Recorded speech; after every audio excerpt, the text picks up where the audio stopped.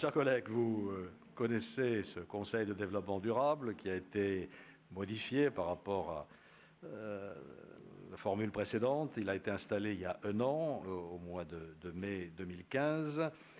Il est présidé par Denis Mola. Nous avions souhaité tous que les liens entre ce Conseil et les élus soient resserrés. C'est la raison pour laquelle nous avions désigné 2 élus référents, en la personne d'Andrea Kiss et de Nicolas Florian. Je vais tout de suite laisser la parole à Denis Mola pour qu'il nous fasse le compte-rendu des travaux de ce Conseil au cours de l'année qui vient de s'écouler. Monsieur Mola. Je vous remercie, Monsieur le Président, de me donner l'occasion de faire état des travaux du C2D devant ce Conseil de métropole. Une nouveauté de la loi MAPTAM lors de la création de la métropole a été l'article L 5217-9 qui oblige à un rapport annuel d'activité par le Conseil de développement, puis qui doit être examiné et débattu devant le Conseil de métropole. C'est la reconnaissance du rôle des conseils de développement dans la construction de la métropole et le résultat d'un travail mené par la coordination nationale des conseils de développement. Ce conseil de développement durable a été installé le 28 mai 2015. Quelques rappels sur le fonctionnement. Le C2D, à l'image de cette assemblée métropolitaine, comporte 105 membres et également un forum ouvert aux partenaires, aux citoyens qui peuvent être mobilisés pour les travaux. C'est une volonté au travers de ce forum de ne pas fermer les portes du C2D, mais de les laisser ouvertes entre 2 recompositions de celui-ci. Donc c'est une espèce de vivier de citoyens qui s'intéressent au sujet. Qui travaillent, depuis l'installation, qui travaillent dans ce C2D.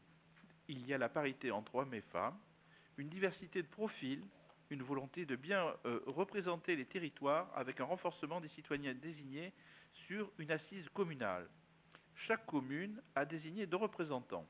L'un nommé directement par la structure par le maire, l'autre tiré au sort sur la liste électorale. Cette représentation accrue des territoires et des communes assure donc une parité. Un homme, une femme par commune, et chacun s'est prêté au jeu. Et une diversité sociale liée à la variété des habitants des communes et au tirage au sort renforcé. En termes de travail, en moyenne, on compte à peu près 90 heures de travail par mois de temps bénévole. Il faut fidéliser ces bénévoles en leur proposant des projets, du travail, d'aller sur le terrain et pas simplement écouter. C'est ainsi que des plénières sous forme d'ateliers de travail et de contribution aux saisines plutôt que d'écoute passive des résultats. La prochaine plénière portera d'ailleurs sur la métropole et ses communes, sur ses projets et actualités. En allant sur le terrain, rencontrer des publics, des entretiens avec des commerçants, des apprentis, des maires seuls. Alors les principales orientations du C2D depuis presque un an, sortir d'un risque de transformation en club. Le C2D a mis l'accent sur ses relations avec ses partenaires et l'extérieur. Le résultat est qu'en 10 mois, 400 personnes se sont impliquées dans les travaux. Pas seulement un avis, mais une implication et plus de 1000 heures consacrées au bien commun. C'est mieux échanger entre métropole et C2D, c'est l'association systématique des élus et des services au déroulement des travaux. Et je tiens à remercier Alain Ziani, Alain Turbi et Daniel Hickel pour la chaire de Leuze, Anne Valric pour la charte de participation du ministère. Ça a été aussi la mise en route du groupe de contact. Je remercie Andrea Kiss et Nicolas Florian de leur suivi du travail du C2D. C'est aussi l'implication du C2D dans différentes démarches de la métropole, les rencontres de l'aménagement durable, le réseau des correspondants de l'accueil. Poursuite des rencontres avec les maires pour bien identifier les attentes et enjeux à l'échelle de leur territoire. Et pour permettre à chacun d'être informé du travail du C2D, une lettre d'information électronique est adressée tous les mois aux élus. Un exemple au travers du groupe de travail Services et Métropole, un temps de travail avec les élus et les services, des heures importantes consacrées à des publics et à aller chercher leurs paroles, quand on ne peut pas se contenter d'un citoyen type, il faut aller à la rencontre des expériences singulières. Il faut chercher à toucher des nouveaux publics grâce à des supports plus accessibles, la vidéo et les réseaux sociaux. Le C2D a ouvert une chaîne YouTube. La formation des membres à l'utilisation des réseaux sociaux, des live tweets pendant les plénières. On travaille avec les autres et pas seulement entre membres du C2D. Comment ça? En nouant des partenariats avec des étudiants, ça a été le cas avec le IATU. Nous avons aussi des contacts maintenant avec Edge et avec Sciences Po. Avec des associations, le parcours de la fabrique à déclic, avec d'autres institutions comme l'université pour la chaire de Leuze. Les résultats des premiers travaux, la première saisine avec la métropole, quelles améliorations des services pour la population. C'est une saisine liée au passage à la métropole. Les membres du groupe n'ont pas attendu d'empiler une liste à l'après-vert de nouveaux services à créer. C'est une articulation entre les propositions simples des faits immédiats et l'idée que la métropole est le lieu de concertation des évolutions de la société et qu'il faut se préparer. À un certain nombre d'entre elles, c'est le besoin de proximité, la demande accrue de personnalisation et d'accompagnement, le désir des acteurs de faire entre eux plutôt que de voir tout pris en charge par la puissance publique.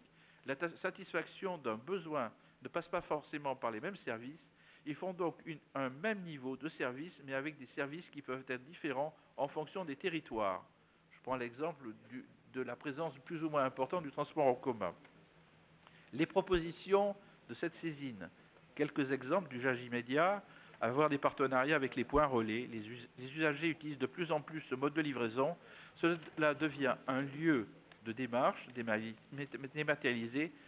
Pourquoi pas y trouver également des démarches publiques. Coordonner les offres communales, par exemple en matière musicale, pour essayer d'optimiser les différentes écoles entre elles. Deux grandes propositions liées à la transformation de la société. Passer du guichet unique à l'accompagnement unique. Les individus ne veulent plus accéder en un seul lieu à tous les services que propose une institution, puis accéder en un seul lieu à tous les services dont ils ont besoin, quelle que soit l'institution qui le porte, et être accompagnés dans cette démarche. La dématérialisation renforce le besoin d'accompagnement et la fluidité de cet accompagnement. Il faut aider les individus créateurs de solutions. Il ne s'agit plus simplement que le citoyen fasse part de leurs besoins et que les organisations publiques ou privées voient comment y répondre. Les citoyens souhaitent eux-mêmes participer de la solution. Certains créent des services qui deviennent des biens communs sans passer par une organisation. La métropole et ses communes doivent avoir un nouveau rôle.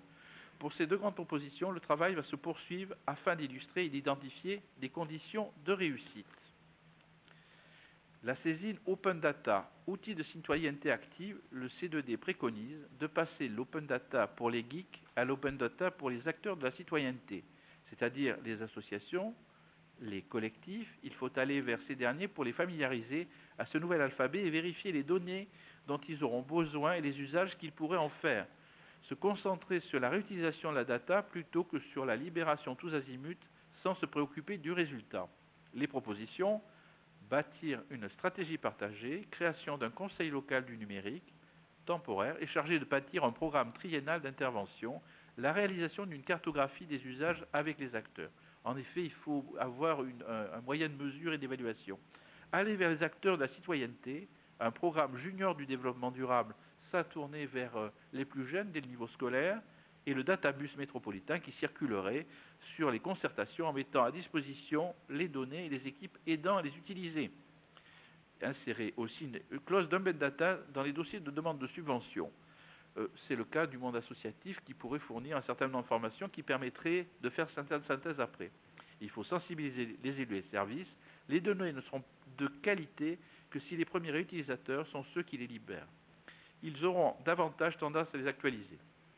Expérimenter pour montrer que ce sujet concerne tout le monde, développement du crowdsourcing, amélioration par chacun des données d'utilité publique, réalisation d'un hackathon avec des associations sociales, c'est-à-dire pour développer des outils informatiques qui permettent d'utiliser facilement ces données.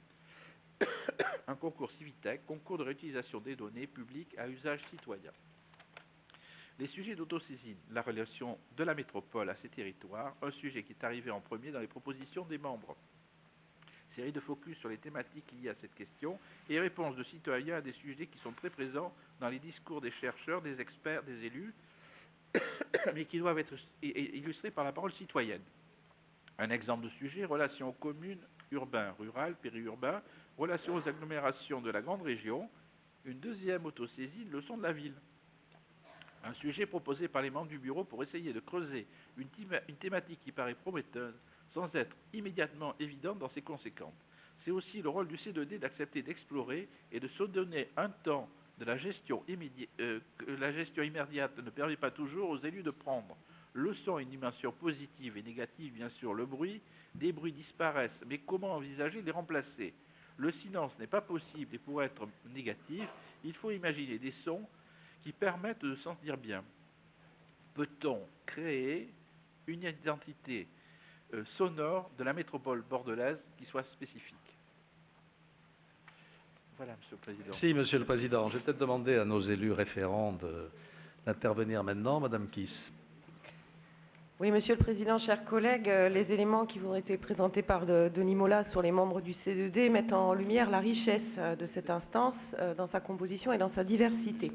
Vous noterez tout d'abord, bien évidemment, l'effort qui a été fait sur la parité, mais aussi au niveau du tirage au sort. Ce tirage au sort a permis de faire venir des personnalités nouvelles qui n'auraient sans doute pas pensé à s'engager. Elles peuvent ainsi apporter des points de vue nouveaux. Et cette diversité nous oblige à regarder finalement avec intérêt les propositions qui en sortent. Le C2D cherche aussi à sortir du pur club d'experts, sans se priver bien évidemment de cette expertise. Denis Mola l'a rappelé, c'est le travail avec un certain nombre de partenaires extérieurs à l'instance. Mais le C2D va surtout élargir finalement l'intérêt à l'expertise d'usage de nos citoyens. C'est aussi une assemblée qui est souple, pas tellement institutionnalisée finalement, car elle est relativement jeune. Je vous rappelle que les conseils de développement n'existent finalement que depuis 1999, mais qui cherchent à renouveler les manières de faire de l'action publique. C'est donc une expérience démocratique nouvelle qui stimule et satisfait ceux qui y participent. On le voit d'ailleurs dans les vidéos des travaux. On le ressent aussi au travers des échanges qu'on peut avoir avec ces citoyens qui collectivement consacrent 90 heures de temps bénévole par mois au C2D. Cette attente de travailler différemment la politique au sens noble, nous la sentons également dans nos communes, dans nos démarches municipales de concertation, et le C2D tente aussi d'y répondre. En tant qu'élus référents, avec Nicolas Florian, nous ne pouvons qu'inciter les élus municipaux à se saisir du C2D, principalement pour deux raisons. Première raison, c'est que le C2D est un lieu ressource pour les communes. Il peut aider à penser des formes nouvelles de concertation, à expérimenter. Il peut aussi faire le transfert de ses expériences et de ses pratiques, tout comme il peut bénéficier des expériences municipales et les partager avec les autres communes. La deuxième raison, c'est que si la métropole donne au C2D les moyens de fonctionner, je vous le rappelle, les bénévoles du C2D donnent aussi beaucoup de leur temps, et ce temps consacré par ses membres nous engage en tant qu'élus. Nous, élus, avons donc le devoir de nous intéresser au travail du C2D. À ce titre, j'ai, au niveau de ma commune, demandé donc à mes deux représentants élus du Haillan de venir présenter leur travail en conseil municipal lundi dernier. Ce fut un moment d'échange intense où les élus ont pu percevoir la qualité des travaux qui nous ont éclairés notamment sur les attentes de la population en termes de services à l'heure de la métropolisation. C'est une richesse démocratique de permettre à des citoyens de s'exprimer devant les élus, mais c'est aussi une richesse sur le fond au regard des propositions qui ont été formulées, propositions sur lesquelles je laisse le soin à Nicolas Florian de nous dire quelques mots. Merci, Monsieur Florian. Oui, Monsieur le Président, chers collègues, d'abord remercier Denis Mola qui a bien pris la mesure de ce que devait être le C2D, l'évolution que l'on a connue en quelques mois. André Akis vous l'a dit, je le confirme, c'est véritablement un trait d'union entre ce qui peut se passer à l'échelle communale et ce qui se fait à l'échelle métropolitaine et vice-versa. C'est à la fois le réceptacle d'idées, avec une grande nouveauté par rapport à ce qui se faisait avant, et ça c'est j'allais dire, la plus-value qu'a apporté Denis Mola et les membres du C2D, c'est l'autosaisine, où on a accepté, nous, élus, vous, Monsieur le Président, le fait qu'une instance qui ne soit ni composée d'élus, ni d'experts, ou pas simplement d'experts, puisse s'autosaisir sur des sujets qui nous concernent. Et le plus bel exemple est sûrement celui du moment où les membres du C2D vont plancher sur le son. Et là où le réflexe aurait pu être pour des élus ou des techniciens de parler du bruit, le C2D va donner une nouvelle lecture à ça, rien que sur l'intitulé, en parlant du son dans la ville. Donc moi je rejoins entièrement ce que dit Andrea sur inciter les élus, inciter les conseils municipaux, les maires, à s'appuyer sur le C2D. Chaque ville a son outil de concertation à l'échelle de sa commune, mais en passant par le C2D, c'est un facteur, le mot est peut-être un peu ambitieux, d'élévation au-dessus des contingences très locales, avec une boîte à idées et puis une expertise sur tout ce qui touche des relations entre les citoyens et les collectivités.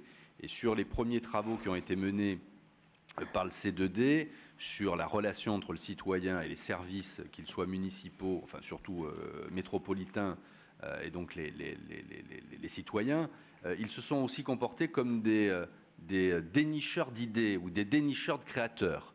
Et notamment sur les relations avec les services, le C2D a été capable d'identifier des créateurs ou par le biais associatif ou par le biais de l'entreprise, d'outils qui permettent de faciliter ces relations entre le citoyen et la métropole et les services de la métropole. On sait tous, on l'a tous vécu, c'est un peu lointain pour nos citoyens ce qui se passe au niveau de la métropole.